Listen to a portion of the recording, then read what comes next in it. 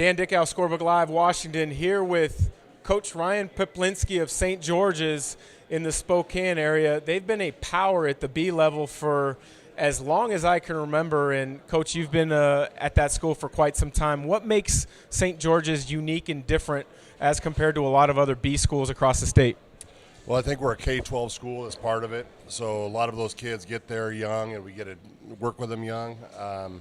And I think we have a lot of kids who have that work ethic of they're great students in the classroom, and a lot of that carries over in everything they do. We have parents who've been really supportive, and the kids kind of have, through the years, just kind of followed along with that expectation of, hey, this is what it takes to play Dragon basketball, and they work at it. And there's, we have a lot of kids play a lot of sports, and we don't really have a great weight program, but when you're always playing, you get stronger, and I think we get competitive kids. There always seems to be a small school stigma. How do you combat that? Because at the end of the day, you guys have been to the state tournament more times than I can count in recent memory, and it's a great event at the Spokane Arena. But how do you battle a small school stigma when you've had some really good players? Yeah, I think, I have a little thing on my wall, and I think in my 18 years, we've had like 17 college athletes, or college basketball players, a lot more that went on to play other sports.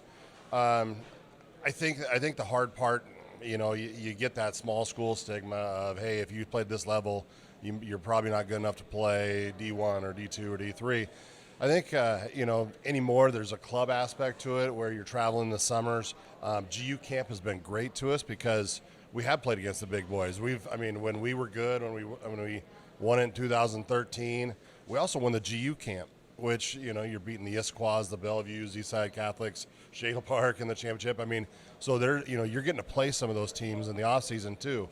And that, you kind of get to see players are players, and whether they play at a smaller school, or not, you can play. And I think, being around town, these kids are growing up in the AAU scene just like anybody else.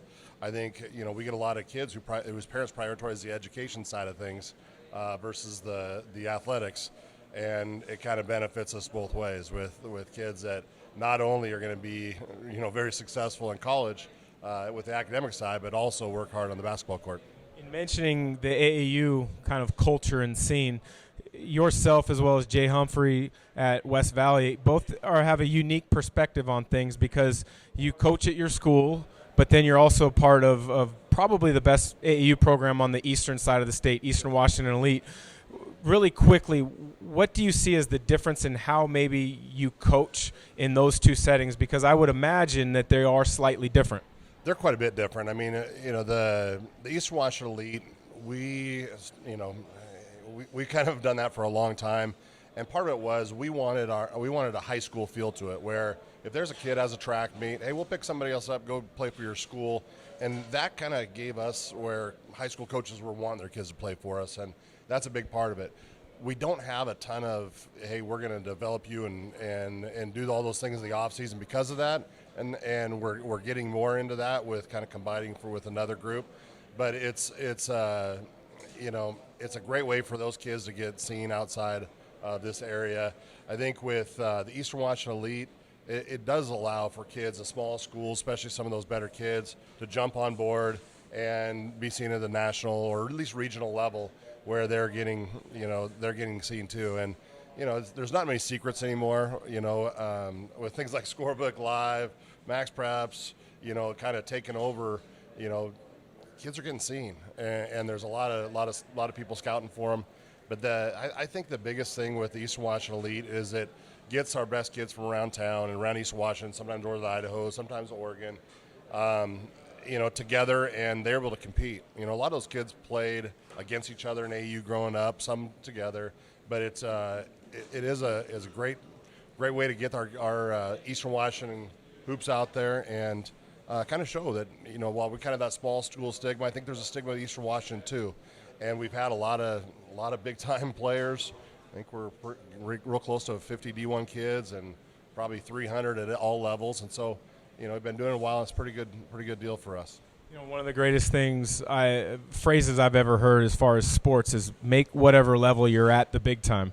And you guys have made your level the big time by making it to the state tournament a number of times. Brock Reve, he's been a thorn in your side the last couple of years at the state tournament in Spokane Arena. I think he's a good example of, hey, he's from a B school. He's the all-time leading scorer in the state. He's going to play at Gonzaga a year from now. What would your message be to young kids coming up who are maybe playing at a B school as far as, hey, you've got opportunities in front of you, make the most of them? Yeah, and I think, it probably goes back further. I mean, you take a Luke Ridenour, who's from a small school. Right now, Joey Harris is in the NBA. Brock Reve, who's put in a ton of hours.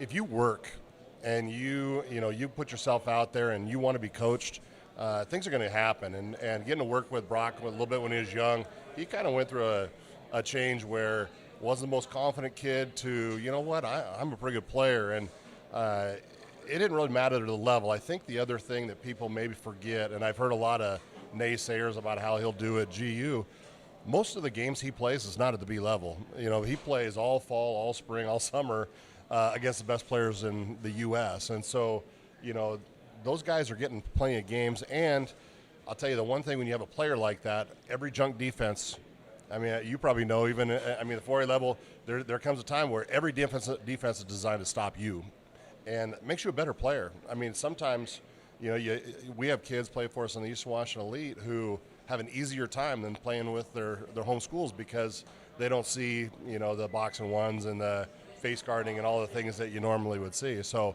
I think, you take a kid like Brock, and a couple things come to mind. One, the work ethic he has, the hours he puts in, and then just the confidence he's gotten because of that.